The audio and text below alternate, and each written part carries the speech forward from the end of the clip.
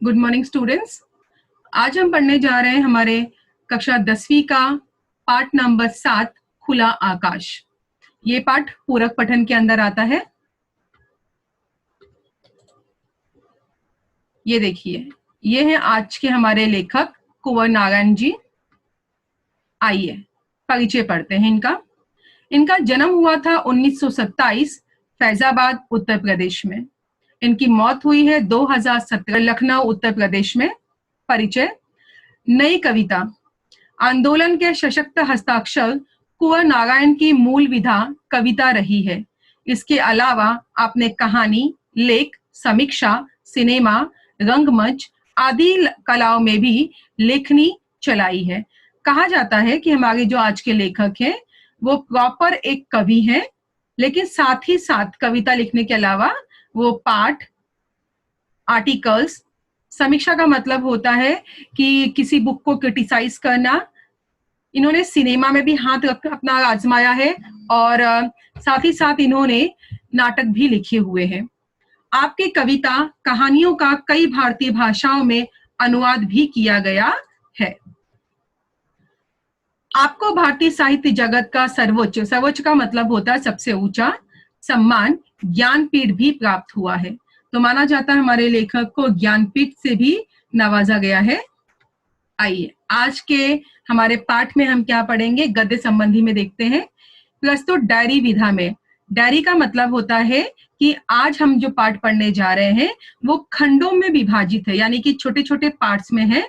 लेखक को डायरी लिखने का शौक था, तो लेखक ने जो भी उनके साथ अच्छी या बुरी घटना घटी है वो अपने डायरी में वो लिख लिया करते थे, और वही कुछ पन्ने डायरी के उन्होंने हमारे पास यहाँ पर भेजे हैं, यानी कि पाठ में दर्शाए हैं, ताकि हम सब उसे पढ़ सकें।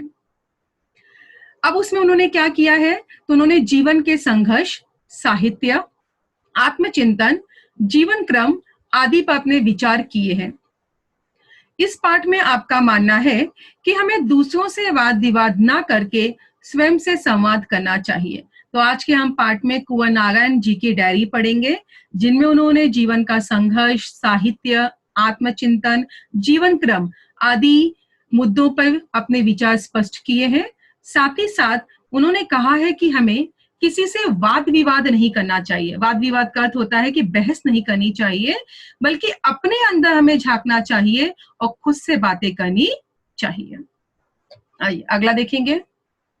अब आपका पहला परिचय शुरू हो रहा है। ये देखिए, आपके पहले पैराग्राफ में अगर आपने ध्यान से देखा होगा तो यहाँ हर एक पैराग्राफ को लेखक ने नाम दिया है।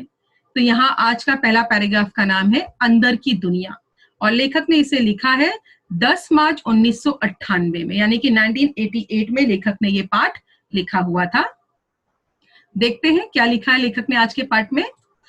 हमारे अंदर की दुनिया बाहर की दुनिया से कहीं ज्यादा बड़ी है।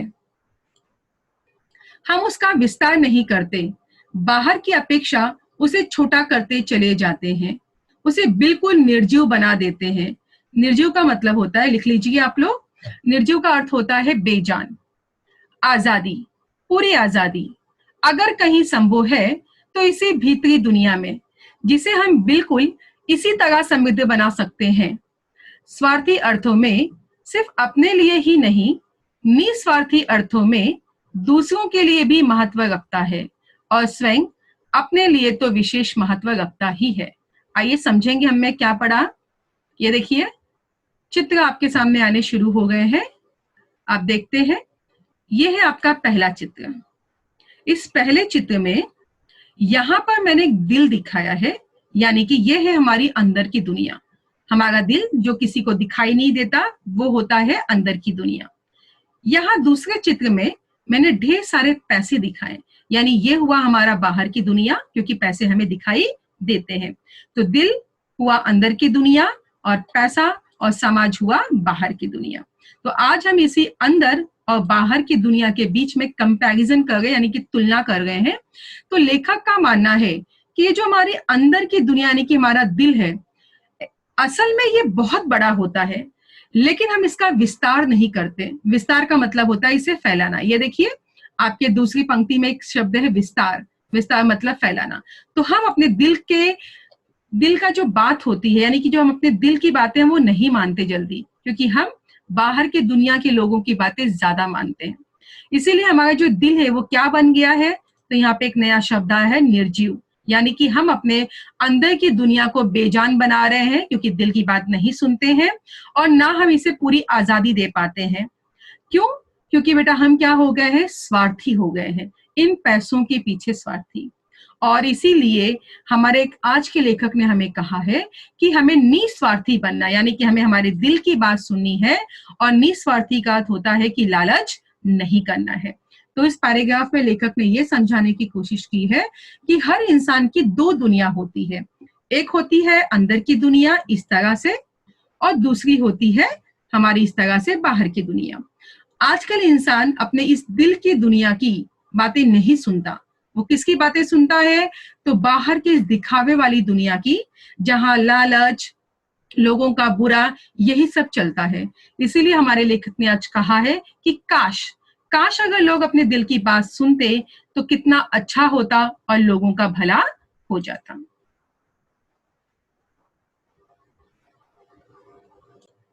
आइए अगला देखेंगे,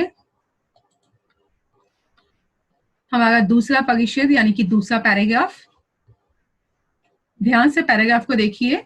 अगेन लेखक ने यहाँ पर नाम दिया है मकान पर मकान। मकान पर मकान बोलते ही हमें समझ में आ गया होगा कि अब हम क्या पढ़ने जा रहे हैं। जिस गली में आजकल रहता हूं वहां एक आसमान भी है। अच्छा देखिए, लेखक ने यहाँ पे एक ताना मारा है, एक आसमान। आसमान तो बेटा कभी एक या दो नहीं होता, लेकिन लेखक ने यहाँ पे एक आसमान बोला है, लेकिन दिखाई नहीं देता। अब लेखक ने कहा है कि जहां जिस गली में रहता है वहां एक आसमान है, बट उसे दिखाई नहीं दे रहा है। उस गली में पेड़ भी नहीं है और ना पेड़ लगाने की गुंजाइश है।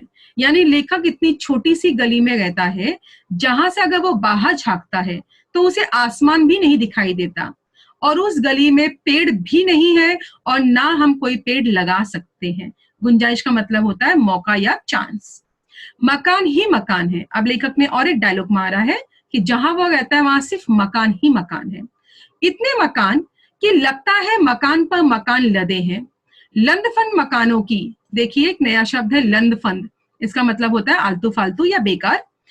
बेकार मकानों की एक बहुत बड़ी भीड़ जो एक संकरी गली में, एक नया शब्द आया संकरी, लिख लीजिए इसका अर्थ। संकरी का अर्थ होता है पतली, गली में फंस गई है। तो लेखक का मानना है कि जहां वो रहता है एक संकरी गली है और वहां पे क्या हुआ है कि मकान पर मकान लदे हुए हैं। ये देखिए मैंने एक चित्र आपको दिखाया है जहां बहुत सारे मकान यानी कि बिल्डिंग्स मैंने दिखाया, लेकिन बहुत वो करीब है, एकदम पास ही पास दिखाया है। बाहर निकलने का कोई रास्ता नहीं है। सही बात है, देखिए चित्र में सब मैंने मकान दिखाया है, लेकिन एक भी मकान के बीच में गैप जो होना चाहिए वो गैप ना के बराबर है। जिस मकान में रहता हूं उसके बाहर झांकने से बाहर नहीं, सिर्फ दूसरे मकान और एक गंदी और तंग गली दिखाई देती है। तंग का मतलब होता है छोटा। तो लेखक का मानना है, ये देखिए और एक पिक्चर देख लीजिए, यहाँ पे मैंने एक पिक्चर और दिखाया हुआ है, अगर आपने ध्यान से देखा होगा तो यहाँ मैंने ये बताने की कोशिश की हूं। ये देखिए, ये मैंने एक बैल्कनी दिखाई है, ठीक है। अगर लेखक का मानना है कि मैं अपनी बैल्कनी में खड़ा रहूं या मैं अपनी खिड़की खोलूं या मैं अपना दरवाजा खोलूं, तो मुझे अगर ऐसा लगे कि हाँ भाई थोड़ा दरवाजा खिड़की खोलकर बाहर की हवा ले लूं, तो लेखक का मानना है कि मुझे बाहर की हवा, बाहर का आसमान या कोई पेड़ नहीं दिखाई देता। क्या दिखाई देता है, तो ये जो सामने वाला घर है उसकी खिड़की दिखाई देती है। और मानो लेखक को ऐसा लगता है कि सामने वाला मेरे घर में झांक लेता है और मैं सामने वाले के घर में झांक लेता हूं। इस तरह ताका झाकी हो जाती है, लेकिन जो हम प्राकृतिक रूप से हवा देखना चाहते हैं, पानी देखना चाहते हैं या आसमान देखना चाहते हैं, ये चीजें उस गली मोहल्ले से नहीं दिखाई देती। इसीलिए लेखक का मानना है कि मकान पर मकान, यानी कि आज हम इंसान इतने स्वार्थी हो गए हैं कि हमने अपने लालच में आकर इस तरह मकान पे मकान बनाना हमने शुरू कर दिया है कि आज हमें शुद्ध हवा, आसमान, पेड़ ये सब दिखाई नहीं देते।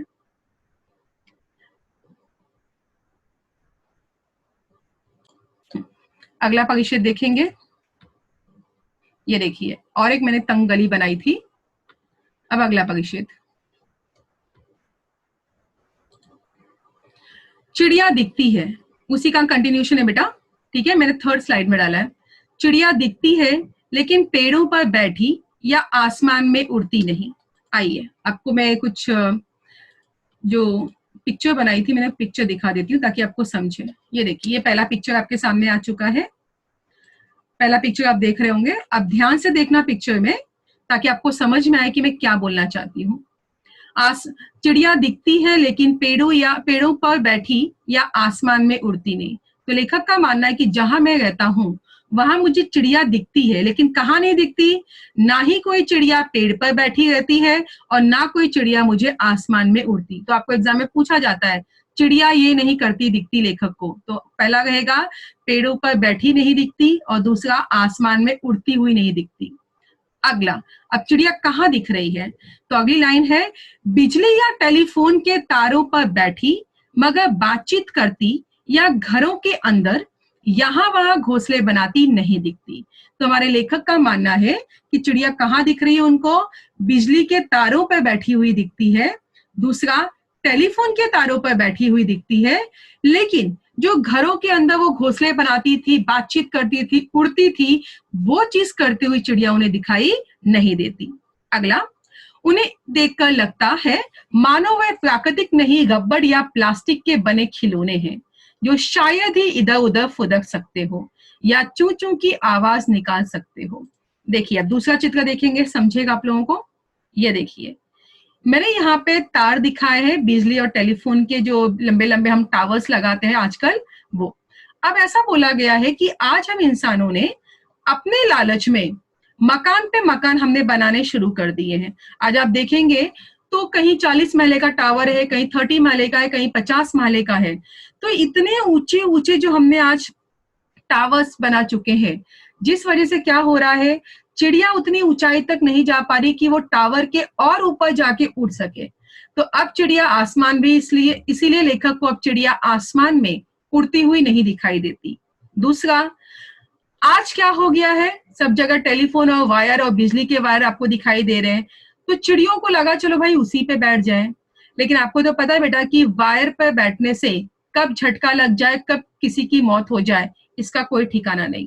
इसीलिए यहाँ पे लेखक ने कहा है कि उन्हें चिड़िया टेलीफोन और बिजली के तारों पे बैठी दिखती है, लेकिन वो क्या नहीं लगती, तो देखो कि यहाँ पे शब्द है प्राकृतिक, मैंने इसे हाईलाइट किया है।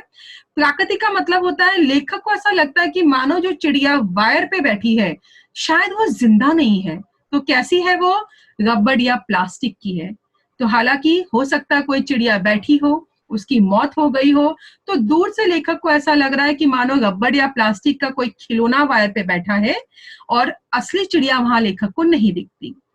अब देखिए अगला, मैं ऐसी संकरी और तंग गली में रहता हूं। संकरी का मतलब मैंने आपको बता ही दिया था, संकरी का मतलब होता है नैरो यानी कि पतला, तंग मतलब एकदम छोटी सी।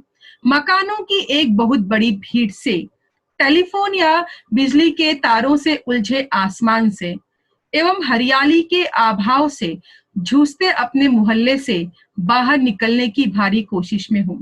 तो लेखक का मानना है कि मैं 4 कोशिश में लगा हूं। क्या कोशिश में लगा हूं कि पहला, संकरी और तंग गली में वो बिल्कुल नहीं रहना चाहता। याद रखना, ये एग्जाम में पूछा जाता है कि लेखक कहाँ नहीं रहना चाहता। तो पहला, संकरी और तंग गली में। दूसरा, मकानों की एक बहुत बड़ी भीड़ से वो बाहर जाना चाहता है। तीसरा, जहां टेलीफोन और बिजली के वायर वाला आसमान है, ऐसे आसमानों से वो दूर भागना चाहता है। और चौथा, हरियाली के अभाव में जो मोहल्ले हैं, ऐसे मोहल्ले में वो रहना नहीं चाहता। तो ये चारों चीज हमेशा पूछा जाता है, याद रखना कि ये 4 अभावों से वो भागना चाहता है और कहीं और अपना बसेरा बसाना चाहता है। ठीक है,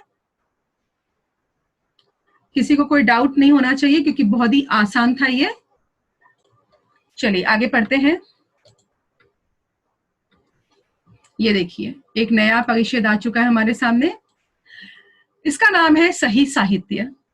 अब देखिए लेखक क्या बोलना चाहता है यहाँ पर, सही और संपूर्ण साहित्य वह है जिसे हम दोनों आंखों से देखते हैं, सिर्फ बाईं या दाईं आंख से नहीं।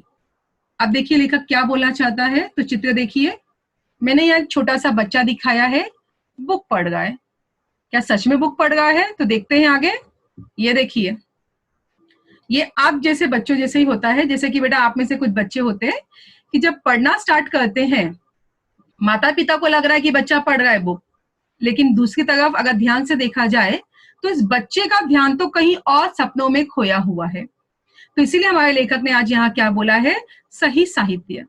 सही और संपूर्ण साहित्य वह है जिसे हम दोनों आंखों से देखते हैं, सिर्फ बाईं या दाईं आंख से नहीं। अर्थात लेखक का मानना है तब तक हमें ज्ञान नहीं मिलेगा जब तक हम बुक को प्रॉपर दोनों आंख से नहीं पढ़ते हैं। अगर हम एक आंख बुक पे लगा के रखे, एक आंख हमारा कहीं टीवी पे या कहीं ख्वाबों में खोया है, तो हमें उस बुक में क्या लिखा है वो ज्ञान की बातें कभी समझ में नहीं आएगी। अगला है जाने खुद को। बिल्कुल चुपचाप बैठकर सिर्फ अपने बारे में सोचें। अब बेटा अगर हमें खुद के बारे में जानना है तो लेखक का मानना है कि हमें एक जगह चुपचाप बैठ जाना चाहिए। कोशिश करें कि दूसरे या सब कहीं भी उस आत्मचिंतन के बीच में ना आए। अब लेखक का मानना है कि आपके घर में जो भी कोई कोना आपको मिलता है, एक कोना पकड़ के बैठ जाइए। पूरे 24 घंटे में आप ज्यादा समय नहीं निकाल सकते, एटलीस्ट 5 मिनट के लिए सही, लेकिन 5 मिनट आप अपने लिए निकालिए और एक कोने में जाकर आंख बंद करके बैठ जाइए। अब आप पूछेंगे इसका फायदा क्या है, तो आइए देखते हैं इसके फायदे। तो लेखक खुद ही कहेगा इसके 2 फायदे होंगे। क्या? पहला, एक तो हम अपने आप को जान सकेंगे कि हम स्वयं क्या है। तो आंख बंद करके 5 मिनट बैठने से, आसन लगाकर बैठने से पहला फायदा होता है कि हम खुद को जानते हैं, कि आपको पता चलेगा कि जितना समय आपने अभी तक जब से उठे हो बिताया है, उस समय में आपने क्या अच्छा काम किया है और क्या आपने बुरा काम किया है ना। दूसरा, जो दूसरों के बारे में सब कुछ जानने का दंभ रखते हैं, ठीक है, एक नया शब्द आया है दंभ। दंभ का अर्थ होता है दावा करना। दूसरे हमारे उस हस्तक्षेप से, हस्तक्षेप का मतलब होता है इंटरफेयर करना, यानी कि दखल देना से दूसरे की रक्षा होगी। तो लेखक का मानना है कि पहला, जब हम आंख बंद करके बैठते हैं, हमें खुद की अच्छी और बुरी बातों का पता चलता है। हम यानी कि हम खुद को इवैल्यूएट करते हैं कि हम कहाँ सही थे पूरे दिन, कहाँ हम गलत थे। दूसरा, जो हम दूसरों के मामलों में ये हस्तक्षेप मतलब टांग अड़ाते हैं ना, वो हमें पता चलेगा कि हमें दूसरों के मामलों में टांग नहीं अड़ाना चाहिए, क्योंकि वो सामने वाले की लाइफ है, हमें अपने लाइफ में टांग अड़ानी चाहिए। अगला, जिसके प्रतिशत मौजूद रहते हुए अपने बारे में ना तो संतुलित ढंग से सोच पाते हैं और ना सक्रिय हो पाते हैं। सक्रिय का मतलब होता है एक्टिव रहना। तो माना जाता है कि जब कोई इंसान किसी दूसरे के मामले में टांग अड़ाता है तो वो इंसान एक्टिव नहीं हो पाता। ये देखिए चित्र आपके सामने आ गए हैं। तो हमारे लेखक का मानना है कि सबसे पहले हमें ये जो पहला आपको चित्र दिख रहा है, इस आसन में बैठना है। दूसरा, लेखक का मानना है कभी भी दूसरों के बारे में चुगलियां मत करो, यानी कि उनकी लाइफ में दखल मत दीजिए। आप देख सकते होंगे जो मैंने अभी भी ये दूसरा चित्र सर्कल किया है, यहाँ पे ये कुछ लोग हैं, क्या कर रहे हैं? तो अपने इस बॉस की चुगली कर रहे हैं, यानी कि वो बॉस को उसकी लाइफ से ज्यादा जानते हैं, ऐसा ये लोग दावा कर रहे हैं, जबकि ये दावा करना गलत होता है। हमारी लाइफ है, हमसे ज्यादा हमारी लाइफ के बारे में कोई नहीं जान सकता। इसीलिए क्या होता है, सामने वाला डीमोटिवेट हो जाता है और वो एक्टिव रहना चाहता है पर एक्टिव नहीं रह पाता, क्योंकि उसका ध्यान हमेशा ऐसे लोगों पे रहता है कि सामने वाला हमारे बारे में क्या सोच रहा है। अगला, दूसरों की सोच समझ में भी उतना ही भरोसा रखे जिनमें हमें अपनी सोच समझ में है। तो लेखक का मानना है कि दूसरों को, देखिए ये तीसरा चित्र में, दूसरों को सलाह मत दीजिए, सिर्फ अपने बारे में भरोसा रखिए और अपने बारे में सोचिए। अगला, हर एक के प्रति हमारे मन में सहज सकारात्मक स्वीकृति। सकारात्मक का मतलब होता है पॉजिटिव, स्वीकृति का मतलब होता है एक्सेप्ट करना का भाव होना चाहिए। तो लेखक का मानना है कि इस तरह जो सेकंड वाला चित्र है, किसी के बारे में अपने मन में नेगेटिव थिंकिंग मत रखिए। क्या रखना चाहिए? तो हमें हमेशा बेटा अपने बारे में सोचना चाहिए, और दूसरा, दूसरों को लेकर पॉजिटिव थिंकिंग रखो। दूसरा अन्य नहीं, यानी कि हमें दूसरों के बारे में और कुछ सोचना नहीं है। अंत में है हमारे ही प्रतिरूप, हमसे अलग या भिन्न नहीं। तो लेखक का मानना है कि जैसे हम इंसान हैं, सामने वाला भी हमारी तरह ही दिखाई देता है। प्रतिरूप मतलब हमारी छवि है, हमारे जैसा ही सामने वाला इंसान है। तो इसीलिए हमें दूसरों की भावनाओं को समझना चाहिए, कभी भी उसके मामलों में टांग नहीं अड़ाना चाहिए, और जितना हो सके हमेशा अपना अच्छा और बुरा आपको इवेल्युएट करते रहना चाहिए कि हमने पूरे दिन में क्या अच्छा काम किया है और क्या हमने बुरा काम किया है। तो ये पैराग्राफ से हमें यही सीख मिली कि जाने खुद को। तो खुद को जानने का सबसे अच्छा तरीका है कि हमें आसन ग्रहण करके दिन में कम से कम 5 मिनट का समय निकालकर खुद के बारे में जानना चाहिए, ना कि दूसरों के मामले में टांग अड़ाना चाहिए।